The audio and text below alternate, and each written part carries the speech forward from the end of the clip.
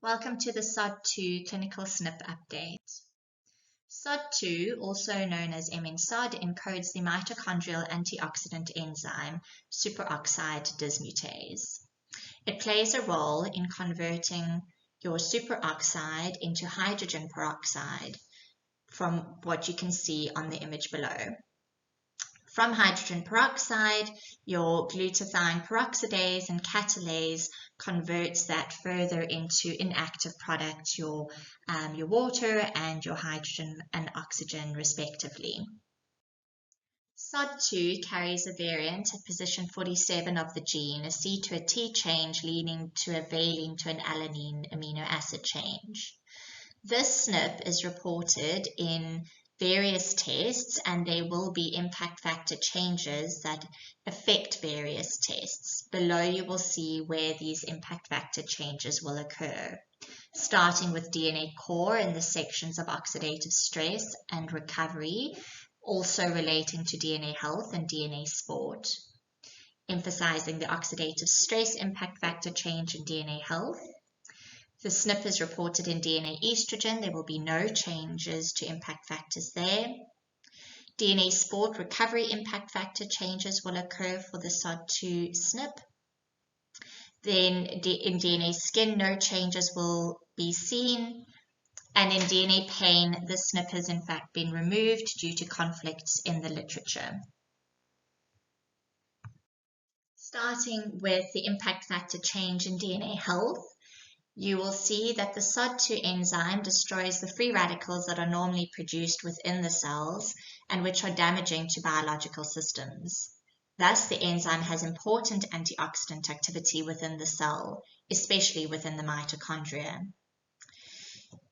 The previous impact factors that were reported is that CC had a high impact, CT a moderate impact, and TT was assigned a no impact. This is now changing to a moderate impact for the CC genotype, as well as a moderate impact for the TT genotype. The CT genotype will receive a no impact factor. There continues to be conflicts and contradictions in the literature, specifically around allele-dependent activity of this enzyme. Genotype, environmental exposures, and phenotype status interact to impact health outcomes. The CC genotype. In individuals who were exposed to high levels of pollution, your polycyclic aromatic hydrocarbons and pesticides, the CC genotype exhibited greater levels of oxidative stress, measured as your 8-OH deoxyguanosine levels. CC genotype carriers who are overweight and sedentary also may have greater risk for chronic disease compared to TT individuals. The CC genotype carriers, when there is an exposure to environmental procarcinogens, does show this risk still. And it is important in these individuals to manage weight, manage blood glucose levels, increase antioxidant intake, and avoid toxin exposure. Where the conflict appears to occur in the literature is that in the general population, when there are not extreme exposures to environmental procarcinogens or overweight, the CC genotype in fact appears to confer greater longevity. Thus, TT genotype carriers may not live as long compared to CC genotype carriers. Regular moderate intensity exercise is beneficial in improving SOD2 activity and may be linked with longer telomere length, and this could be the intervention and recommendation for TT genotype carriers. Regarding impact factors assigned to SOD2 genotypes in DNA estrogen, these all remain the same. And this appears to be consistent with what the literature is saying around this SNP in estrogen metabolism. Running through the evidence for the SOD2 SNP and genotypes for estrogen metabolism, there is evidence that for individuals who carry the CC genotype, are overweight, and have a low fruit and vegetable intake, they may be at increased risk for hormone-related cancers such as breast cancer.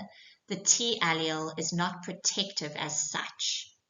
A recent meta-analysis reviewing the SOD2 Val16 Ala16Val and risk of breast cancer found a trend towards increased risk in CC genotype carriers. Recommendations, therefore, for C allele carriers remain the same.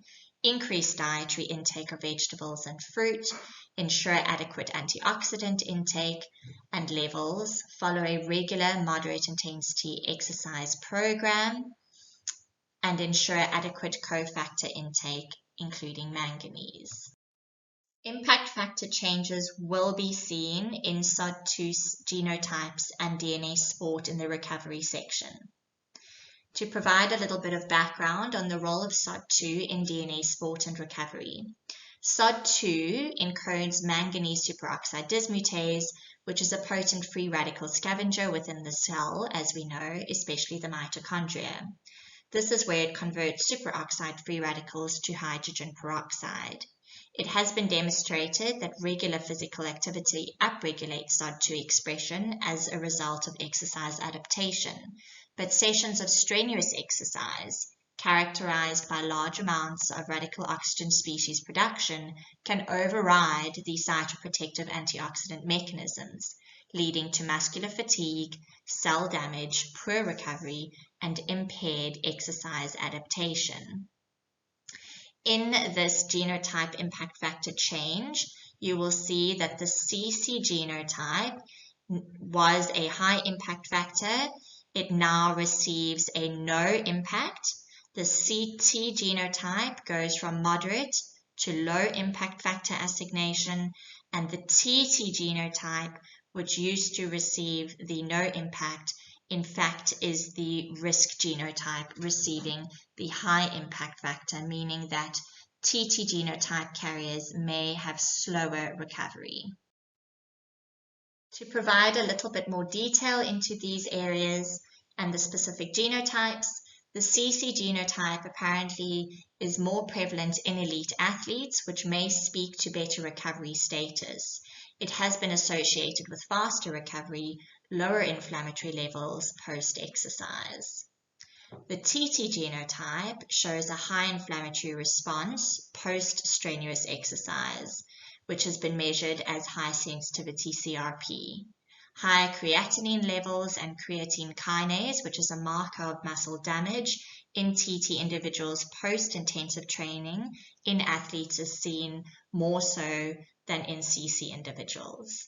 This may be due to possible reduced efficiency against oxidative stress with this TT genotype around exercise. Therefore, recommendations for TT genotype carriers is to follow an anti-inflammatory diet rich in antioxidants. Supplementation may also be considered with poor intake to counteract the high oxidative burden.